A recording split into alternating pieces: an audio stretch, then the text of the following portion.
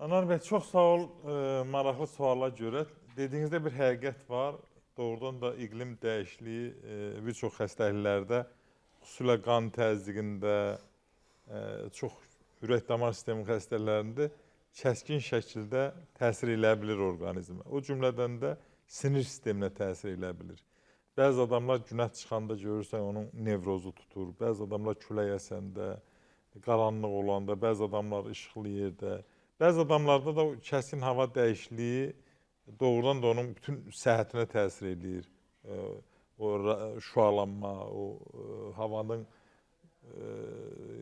və məkanın, yerin, günəşin də olan dəyişikliklər insanlara yerdə təsir edirlər.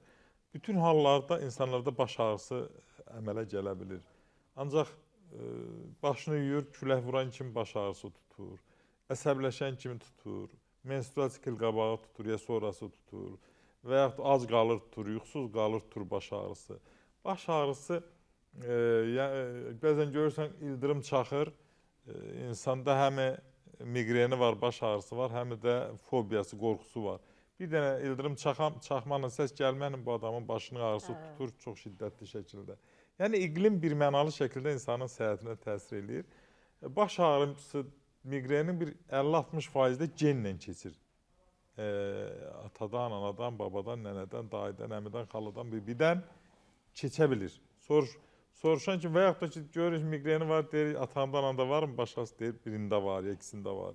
Və yaxud deyir, evladında var mı? Deyir, mən də deyir, uşağı deyir, gündə deyir, aparam, müalicə elətdirəm, görüm bu uşağın başını ağrıyır. Deyim, sizdən keçməli, yəni bu genetik keçə bilir. Bu və çox təəssüflər olsun ki, baş ağrılarının müalicəsi hələlik, yəni miqrenin müalicəsi yoxdur. Məsələn, qan təzyiqindən baş ağrıyarsa, təzyiqi düzəldən kimi baş ağrısı keçir. Miqren ağrılarında elə deyil. Da indi Ağdaşdan dünən yox, sıraha gün bir nəfər Mahmud adında kişi gəlib. Ağrının şiddətindən sürücü deyir ki, qonşusu, başımı deyir, divara vururam.